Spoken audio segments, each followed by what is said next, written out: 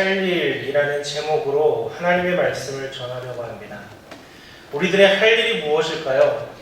전도입니다. 네, 전도죠. 무조건 전도입니다. 오늘 읽은 본문의 말씀은 보통 우리가 선교 명령 또는 지상 대명령이라고 이야기하기도 하고, 또 어떤 분들은 예수님이 이 땅에 하신 마지막 말씀, 그러니까 유언이니까, 예수님의 유언이니까 우리가 꼭 지켜야 하는 것이다 라고 말씀하시는 분들도 있습니다. 그 무엇이 되었든, 그 제목이 무엇이든 무엇이라고 표현하든 다 맞습니다. 우리는 전도해야 합니다. 전도하는 것이 바로 우리들의 할 일입니다. 예수님께서 그렇게 말씀하셨고, 그리고 수많은 목회자들이 전도해야 된다고 말씀을 전하고 있습니다. 그런데 전도가 잘 되고 있습니까? 1910년 영국의 에딘버러라는 곳에서 최초로 선교사 대회가 열렸었습니다. 이것이 열리게 된 이유는 전 세계에 전 세계 각지에 퍼져 있는 선교사님들을 초청을 해서 그들의 고민을 듣고, 앞으로 또한 세계 선교를 하기 위해서 선교사님들의 직접적인 목소리를 듣기 위해 열렸었습니다. 그런데 그 당시에 1910년 그 당시에 세계 선교가 너무나 잘 되었고 있었기 때문에, 예를 들어서 저 땅끝 세상 아무도 알지 못했던 조선이라는 나라에서 1907년 대부흥운동이 일어나고, 그 땅끝까지 정말 성경이 번역되고 전파되고 부흥운동이 일어나고 있었기 때문에, 이때 당시 1910년만 해도 선교사님들이 모여서 선교대회를 할 당시에는 이제 100년 안에는 하나님 나라가 이 땅에 올 것이다, 예수님께서 다시 재림하신다라는 그런 마음으로 이 선교대회를 개최를 했다고 합니다. 그리고 100년 조금이 지난 지금은 어떨까요? 하나님의 나라가 지금 이 땅에 임하셨나요? 아니면 예수님께서 다시 오셨습니까? 우리는 아직도 빨리 그런 날이 오기를 학수고대하고 있지만, 아직까지 예수님이 다시 오실 것을 기다려야만 하는 그런 상황입니다. 그렇다면 100년 전과 지금을 비교해 봤을 때 예수 믿는 사람들은 얼마나 많이 늘어났을까요? 예수님의 제자들은 얼마나 많아졌을까요? 100년 동안 열심히 전도해서 선교대회도 열고 각 처소로 선교사님들을 파송하여서 전 세계적으로 봤을 때 전체적인 기독교 인구수는 분명 늘었습니다. 그러나 퍼센트 비율로 따지자면 100년 전이나 지금이나 별 차이가 없다고 합니다. 약 35%. 전 세계 인구의 35%가 기독교 인구라고 합니다.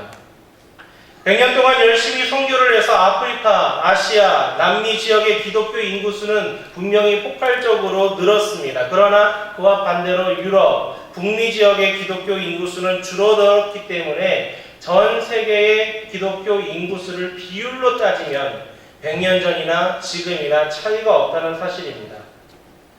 놀랍지 않습니까? 그렇게 선교를 했는데, 그렇게 전도를 했는데 오히려 기독교 국가의 기독교인 수는 줄어들고 핍박하는 나라의 제자들은 많아졌다는 사실입니다. 그러면 우리나라는 어떨까요? 80년대만 하더라도 분명히 우리나라 대한민국은 부흥의 시기였습니다. 그때 당시에 기독교 인구수가 1천만 명이라고 이야기를 했고, 10년 내에, 20년 내에 우리는 1,500만이 된다고 큰 소리를 치며 세계에서 가장 많이 선교사를 보내는 나라가 되자라고 말하며 각 교회마다 선교사님들을 보내고 선교센터를 지었지만, 지금은 선교비를 줄여야 해서 돌아와야만 하고 기독교 인구수는 점점 줄어들어서 2022년, 그러니까 앞으로 3년 뒤면 기독교 인구수가 대한민국의 10%, 530만 명이 된다는 전망을 하고 있습니다. 이것이 바로 우리들의 현실입니다.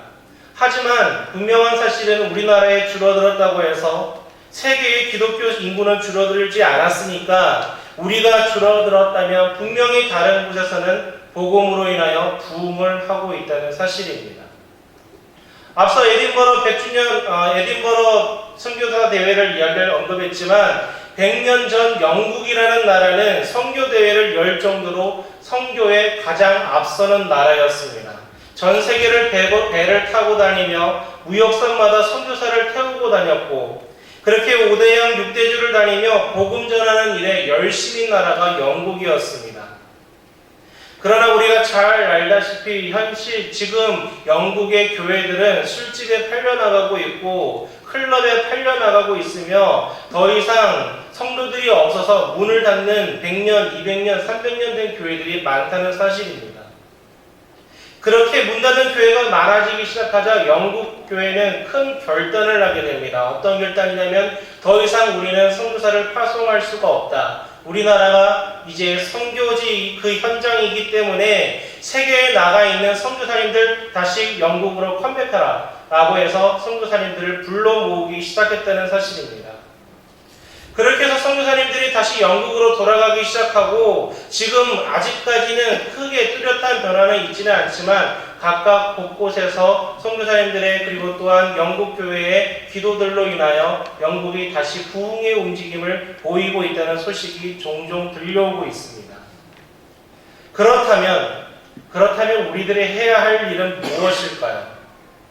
아직까지는 우리들은 선교사님들을 불러 모을 시기는 아닌 것 같습니다.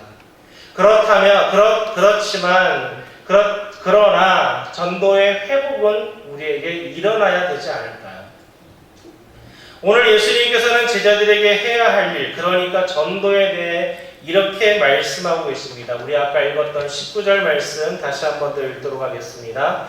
그러므로 너희는 가서 모든 민족을 제자로 삼아 아버지와 아들과 성령의 이름으로 세례를 베풀고, 예수님께서 전도에 대해서 이렇게 말씀하셨습니다. 가서 제자 삼으라. 사람들을 찾아가서 너희들이 그렇게 했던 것처럼 예수를 따르고 경배하고 주의 말씀을 지키도록 하라라는 것이었습니다. 그 일을 우리가 하고 있습니까? 네, 하고 있습니다. 바로 우리 교회가 하고 있습니다. 목회자들이 성경 공부를 통하여 말씀을 통하여 세례와 성찬을 베풀면서 우리들이 제자로 살아갈 수 있도록 우리 한국교회가 분명히 그 일을 감당하고 있습니다. 성도님들이 함께 신앙생활을 하며 우리가 구역 예배도 드리고 기관별 모임도 하면서 그 안에서 예수님의 제자로 우리가 이렇게 살아가는 거야 라고 듣고 보고 배우며 가르치며 신앙생활을 우리는 이 신호등 교회에서 하고 있다는 사실입니다. 그렇게 우리가 예수님의 말씀대로 잘 살아가고 있는데, 특히 우리가 교회 출석 잘하고 우리가 특세도 하고 교회에서 진행하는 대로 잘 따라가면 제자로 살아가는 데 부족함이 없습니다. 그렇기에 내가 제자로 살아가는 것에 문제는 없는데, 예수님께서는 이렇게 우리에게 말씀하셨습니다. 나만 제자로 살아가는 것이 아니라 너도 가서 그들을 제자로 삼으라 라고 말씀하고 있다는 사실입니다. 그렇다면 우리가 어떻게 그들에게, 세상 사람들에게 가서 제자를 삼을 수 있을까요? 오늘 본문 말씀과 같은 배경을 가지고 있는 마가복음 16장 15절 말씀을 우리 다 같이 함께 읽도록 하겠습니다. 또 이르시되 너희는 온 천하에 다니며 만민에게 복음을 전파하라. 아멘. 마가복음 16장에는 예수님께서 제자들에게 만민에게 모든 사람에게 복음을 전파하라고 말씀하고 있습니다. 복음이 무엇입니까? 예수 그리스도이십니다. 복음에 대해서 설명을 하자면 1시간, 2시간, 아니 1년 12달 동안 하더라도 모자랄 것입니다. 그러나 우리가 단 한마디로 복음에 대해서 정의를 하자면 예수 그리스도가 복음이십니다. 우리는 이 복음, 예수님을 사람들에게 전해야 된다는 사실입니다. 예수님 믿으세요. 예수님 믿으세요. 요즘 시대에 예수님 모르는 사람이 어디 있습니까? 모든 사람이 다 예수를 알고 예수님이 우리 죄를 위하여 죽으셨다는, 부활하셨다는 것도 모르는 사람은 없습니다. 다만 그것을 믿는 사람이 없을 뿐입니다. 의심하고 믿지 않는 그들에게 복음, 바로 우리 예수님을 전파할 수 있는 저와 여러분들 되기를 간절히 소망합니다. 그렇기 때문에 저희들이 노방전도를 하는 것입니다. 그렇기 때문에 저희가 바울전도대로 전도를 하는 것입니다. 요즘 시대에 무슨 노방전도냐고, 노방전도에서 사람들이 오냐고 하는 말들을 많이 합니다. 맞습니다. 어디를 가도 노방전도를 해서 그들이 즉시로 교회로 온다고 말하지는 않습니다. 그러나 전도하는 교회들의 말을, 그들의 증언을 들어보면 노방전도를 한다고 해서 모든 교회가 부흥하는 것은 아니지만 부흥하는 모든 교회는 반드시 노방 전도를 하고 있다는 사실입니다. 주님께서는 분명히 우리에게 전파하라고 하셨고, 그리고 주님의 집을 채우라고 말씀하셨습니다. 마태복음 22장에 혼인잔치 비유 말씀처럼 누구나 초청되어서 선한 사람이든 악한 사람이든 잘난 사람이든 못난 사람이든 만나는 사람마다 모두 다 이 혼인잔치에 데려오라고 말씀하고 계십니다. 그리고 그에 합당하지 않는 사람에 대한 판단은 누가 하십니까? 바로 우리 주님이 하신다는 것입니다. 내가 아니라 예수님이 하시는 것입니다. 저 사람은 악하니까, 저 사람은 나랑 안 맞으니까 내버려 두는 것이 아니라 우리가 만나는 모든 사람을 우리는 초청해야 되고 주님 곁으로 우리 신호등교회로 데려올 수 있는, 끌고 올 수 있는 저와 여러분들 되시기를 간절히 소망합니다. 그러면 노방전도만이 전도의 방법일까요? 그렇지 않습니다. 노방전도 외에도 우리에게는 관계전도라는 강력한 전도 방법이 있습니다. 우리 아까 읽었던 것처럼 우리 본문의 말씀의 배경과 같은 누가복음 24장 47절 48절 말씀을 다 같이 읽도록 하겠습니다. 또 그의 이름으로 죄사함을 받게 하는 회개가 예루살렘에서 시작하여 모든 족속에게 전파될 것이 기록되었으니 너희는 이 모든 일의 증인이라. 아멘. 예수님께서는 우리들에게 복음의 증인이다 라고 말씀하고 있습니다. 증인이라 함은 내가 아는 것, 내가 보는 것, 내가 알고 있는 것을, 내가 본 것을 내가 보증합니다. 내가 책임지는 것을 이야기를 합니다. 그런데 그 내가 본 것을, 내가 경험한 것을 모르는 사람에게 잘 전할 수 있습니까? 그렇지 않습니다. 먼저 내가 아는 사람, 가까운 사람에게 다가가서 내가 증인인 것을, 내가 본 것을 보고 확증하고 전하는 것입니다. 그렇기 때문에 내가 아는 사람, 최소한 내가 자주 만나고 여러 번 보아서 얼굴 낯 익은 사람에게 예수님이 바로 생명이십니다. 예수님 믿으세요. 내가 바로 보증합니다. 라고 말할 수 있다는 사실입니다. 그래서 우리에게는 전도지가 아주 중요합니다. 어떤 전도지일까요? 바로 우리 얼굴 전도지입니다. 얼굴 전도지.